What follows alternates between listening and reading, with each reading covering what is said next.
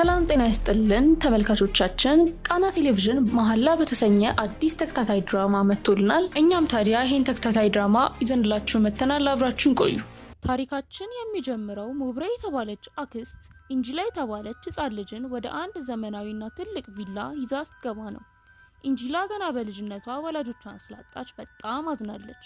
አክስቷ ግን ከማጽናናት ይልቅ እናትሽ ሞታለች፣ አትመጣም፣ እዚህ ቤት እንድትወደጂ ጸባይሽን ማሳመር አለብሽ እያለች ታስፈራራታለች።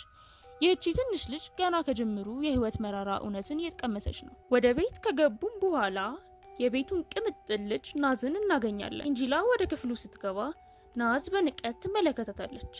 አንቺ ማነሽ ብላ ትጠይቃታለች። ኢንጂላም ስሟን ከነገረቻት በኋላ ናዝ ኢንጂላን ስሟን እንድትቀይርና ጃፓን ብላ እንድትጠራ ታዛታለች። ናዝ ኢንጂላን እንደ ጓደኛ ሳይሆን እንደ አሻንጉሊት ወይንም እንደ ባሪያ ነበር የምትቆጥራት። እኔ ያልኩትን ካደረግሽ ይሄን አሻንጉሊት ሰጥሻለሁ እያለችም ትደራደራታለች።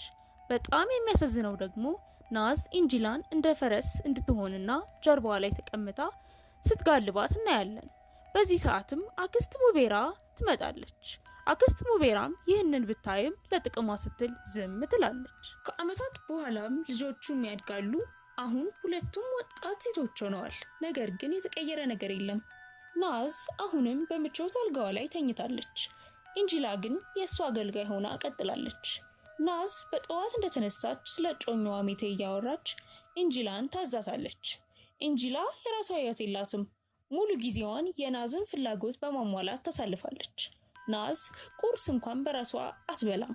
ኢንጂላ ነች የምትመግባት። ይህ ግንኙነት ጤናማ አለመሆኑን እንረዳለን። የክፍል 1 መግቢያ ይሄንን ይመስላል። በቀጣይ ተስተካከል የምትፈልጉትን ነገር በኮሜንት አሳውቁን። ቸር ሰንብቱ።